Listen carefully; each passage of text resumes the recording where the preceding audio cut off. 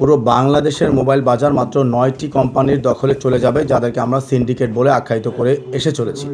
সাধারণ মানুষের আর কোনো বিকল্প থাকবে না ফোন কেনার জন্য তাদের ছাড়া, এবং কোনো বাজারে প্রতিযোগিতা থাকবে না, এবং কাস্টমারকে নির্দিষ্ট অল্প কিছু ব্র্যান্ডের ভেতরেই তাদের পছন্দকে সীমাবদ্ধ রাখতে হবে। এই যে ৯টি কোম্পানির একটা সিন্ডিকেট, তারা যেইভাবে কলকাঠি নাড়বে আমাদের পুরো স্মার্টফোন বাজারটা, বাংলাদেশের 18 কোটি জনগণ স্মার্টফোন বাজার ওইভাবেই চলতে বাধ্য থাকবে। দ্বিতীয় বিষয় হচ্ছে তরুণ সমাজ, স্কুল, কলেজ, বিশ্ববিদ্যালয়ের শিক্ষার্থীরা একটি ভালো মানের স্মার্টফোন কেনার সামর্থ্য হারাবে। দাম বেড়ে যাবে অস্বাভাবিক হারে, যেটা অলরেডি এটা চলমান জানুয়ারি 1 তারিখ থেকেই। ফলে তারা ডিজিটাল সেবা থেকে কার্যত বঞ্চিত হবে, যা দেশের ভবিষ্যতের জন্য বড় ধরনের হুমকি।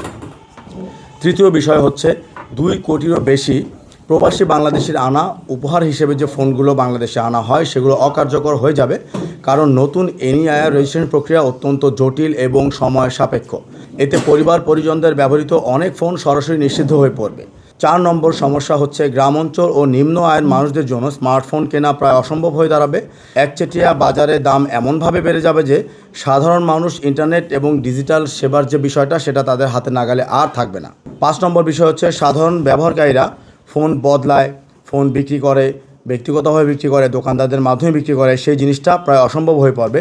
সিম এবং এনআইডি কার্ডের তথ্য যদি 100% মিল না থাকে সেই ক্ষেত্রে এটা আর বিক্রি করা অসম্ভব হয়ে যাবে, কারণ এখানে নাম ট্রান্সফার একটা বিষয় থাকে, ডিরেজিস্ট্রেশন যে প্রসেস, গ্রাহকের স্বাধীনতার যে বিষয়টা সেটা আসলেই সংকুচিত হয়ে যাবে। বাজারে প্রতিযোগিতা না থাকলে ওই 9টি কোম্পানি নতুন কোনো মডেল আনার কোনো প্রয়োজন বোধ করবে না। এটা আজ থেকে 12 বছর আগে এরকমই ছিল। সারা বছর নির্দিষ্ট একটা ব্র্যান্ড 2 থেকে 3টা ফোন দিয়ে বছর শেষ করে দিত, যেখানে আমাদের আশেপাশের দেশের প্রতি 2 মাস 3 মাস অন্তর অন্তর বিভিন্ন ব্র্যান্ডের লেটেস্ট মোবাইল ফোন আসে, যেগুলো বাংলাদেশে আসে না, শুধুমাত্র আমাদের হাত ধরে আসতো। তারপরে বিষয় হচ্ছে দাম বাড়তে থাকবে এবং তাদের কোনো প্রতিবন্ধকতা, বাধা, প্রতিযোগী না থাকায় এটা সারা বাংলাদেশের কাস্টমার তাদের হাতে জিম্মি থাকবে।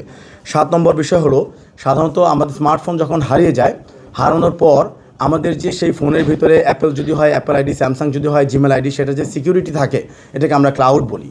এই ক্লাউড লক যদি আমরা আমাদের বাসায় অন্য কোনো ডিভাইস থেকে ব্রাউজার দিয়েও ঢুকে আনলক করে দেই, আনলক করার পরেই সেটা চোর বা সেই ছিনতাইকারী বা যেখানেই হোক সেটা কাউকে বিক্রি করতে পারে, হস্তান্তর করতে পারে। বিক্রি করার পর হস্তান্তরকারী যে এটা কেনার পর সে যদি তার সিমটা ব্যবহার করতে না পারে, তখন এটা আমাদের আইনশৃঙ্খলা বাহিনী ট্রেস করতে পারে না। আর তার উপর যদি ট্রেস করতে না পারে তখন কখনোই সে ফোনটা উদ্ধার করা সম্ভব হয় না। আইএমইআই নাম্বার দিয়ে ফোন উদ্ধার হয়, ওয়াইফাই দিয়ে, ভিপিআই আইপি অ্যাড্রেস দিয়ে, এগুলো আসলে একরকম বাংলাদেশে এরকম কোনো কিছু কেউ দেখে নাই। সিম দিয়ে আমাদের ফোনগুলো উদ্ধার হয়।